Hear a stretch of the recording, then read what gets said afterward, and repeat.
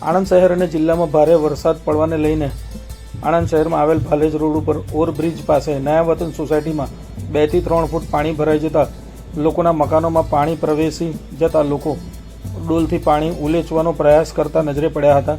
સ્થાનિક લોકોના ઘરોમાં પાણી પ્રવેશી જતા ક્યાં બેસવું અને ક્યાં ખાવું, કેમનું બનાવવું તેમ સવાલ ઊભો થયો હતો। વહેલી સવારથી જ ઘરમાં પાણી પ્રવેશી જતા લોકો સવારથી ચા પણ બનાવી શક્યા ન હતા। જ્યારે ઇસ્માઇલનગરમાં પણ પાણી ભરાયા હતા। સલાટિયા રોડની આવેલી સોસાયટીઓમાં પણ પાણી ભરાયા હતા। લોકો જનજીવન પર અસર પડી હતી અને ઘરની અંદર રહેવાની ફરજ પડી હતી। સરદારગંજ રોડ તેમજ ઠેર ઠેર સોસાયટીઓમાં પાણી ભરાયા હતા। વળતા વાહન ચાલકોને બારાહાલકીમાં મુકાયા હતા।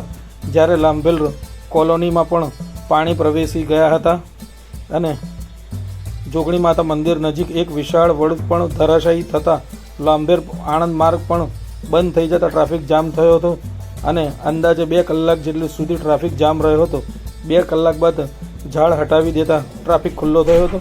આણંદ શહેરમાં 100 ફૂટ રોડ સંકેત પાસે, વ્યાયામશાળા રોડ, ગણેશ ચોકડી નજીક સહિત જુદા જુદા સ્થળે 20 થી વધુ ઝાડ ધરાશાયી થતાં આણંદ ફાયર બ્રિગેડની ટીમ દ્વારા ઝાડ કાપીને રસ્તા પરથી દૂર કર્યા હતા અને ત્યારબાદ રસ્તા ખુલ્લા કરવામાં આવ્યા હતા।